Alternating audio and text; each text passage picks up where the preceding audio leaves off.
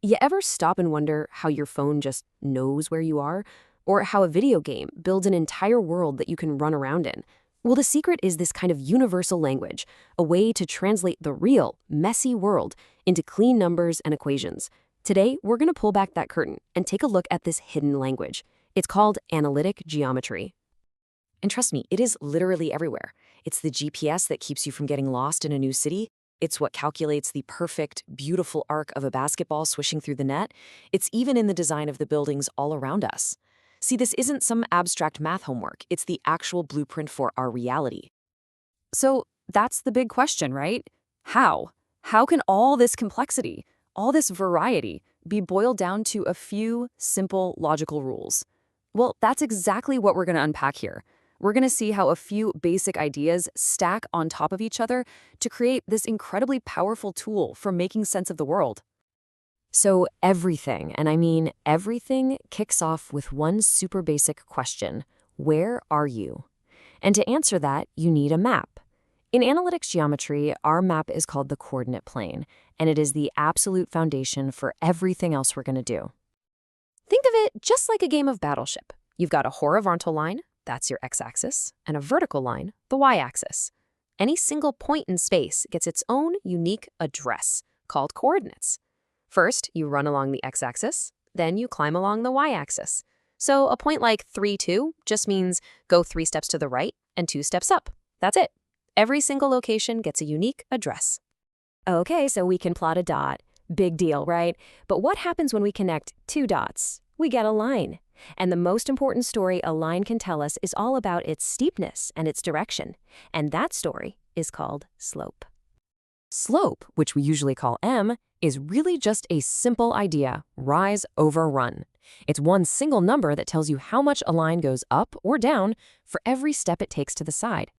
Now, that formula might look a little intense, but all it's doing is calculating the vertical change, the rise, and dividing it by the horizontal change, the run.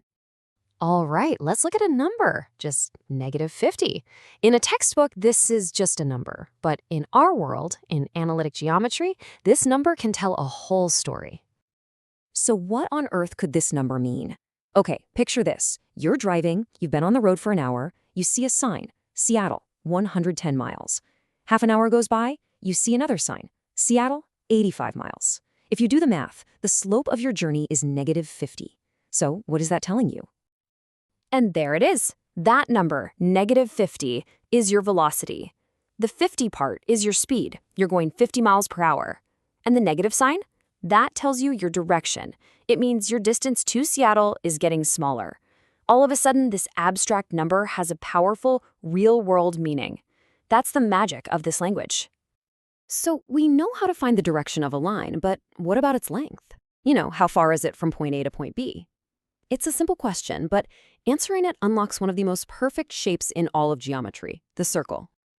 You might be surprised to hear this, but the distance formula is really just the Pythagorean theorem wearing a disguise. Seriously, the change in x is one side of a right triangle, the change in y is the other side. The distance between the 2 points, that's just the hypotenuse. We're just solving for c, and a squared plus b squared equals c squared. Okay, so let's build on that idea. Imagine you plant a flag at one central point. What if you then drew every single possible point that was exactly, let's say, 5 miles away from that flag? What shape would you end up drawing? You draw a perfect circle. And this equation right here, it's just the distance formula, but it's locked in. It simply says that the distance from any point on the edge of the circle to the center is always equal to the radius r. It's this beautiful, clean connection between a simple distance and a perfect shape. So we've got points, lines, and circles. But to model more complicated things, like that basketball shot we talked about, we need some rules that connect our x and y values together. And these rules, well, they're called functions. The most important rule for something to be a function is this. For any x you put in, you can only get one single y back out. Think of it like a vending machine. You put in your money, you press B4, you get one bag of chips. You don't get chips and a soda.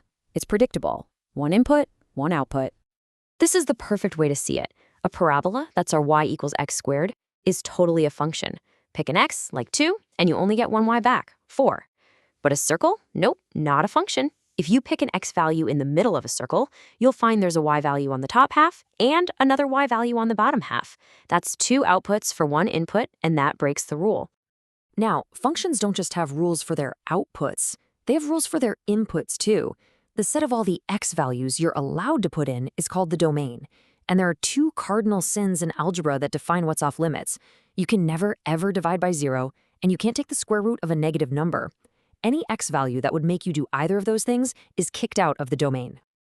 And this is where it gets really fun and creative. Once you have a basic function, you can start to shift it, stretch it, and flip it to model pretty much anything you can imagine. We can actually customize the rules to fit the world, not the other way around.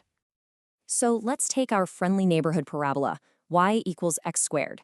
If we just tweak the equation and replace x with x minus h, the whole graph just slides sideways. Then, if we add a k to the end of the whole thing, it moves up and down.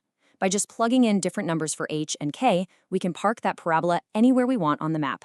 It's like having digital controls for our graphs. So there you have it. From a simple x, y point to the slope of a line, the distance that defines a circle, and the rules of functions that we can shape and move around, these are the building blocks. They're the grammar, the vocabulary of this language that describes our world. So the real question is, now that you're starting to see them, what will you build?